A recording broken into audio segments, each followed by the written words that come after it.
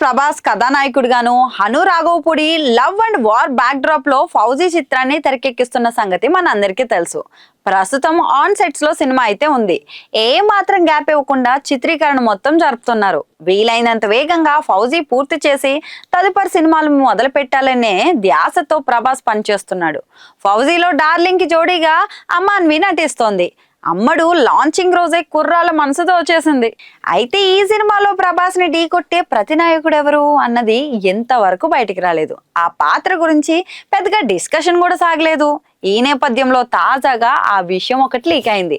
ప్రభాస్ ని ఢీ కొట్టే విలన్ పాత్రకి బాలీవుడ్ నటుడు సన్నీ డియోల్ ఎంపిక చేసినట్లు వార్తలు కూడా వస్తున్నాయి. ఫౌజీలో విలన్ రోల్ అయినా కానీ ఆ రోల్ కూడా క్లాసీగానే హైలైట్ అవుతుంది.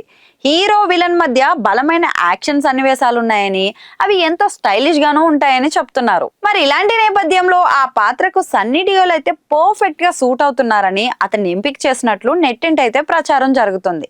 ఇప్పటికే సన్నీ డియోల్ సోదరుడు బాబీ డియోతో సౌత్ లో విలన్ గా ఎంట్రీ ఇచ్చిన సంగతి కూడా మనకు తెలిసిందే.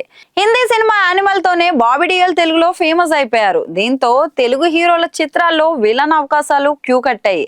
ప్రస్తుతం విలన్ గా అతడు చాలా బిజీగా ఉన్నాడు. తాజాగా సన్నీ డియోల్ కూడా విలన్ రోల్ లాక్ అయితే అన్నదమ్ములిద్దరూ ఇండస్ట్రీలో కుమ్మేస్తారు. అయితే సన్నీ డియోల్ బాలీవుడ్ లో హీరోగాను కొనసాగుతున్న సంగతి తెలిసిందే.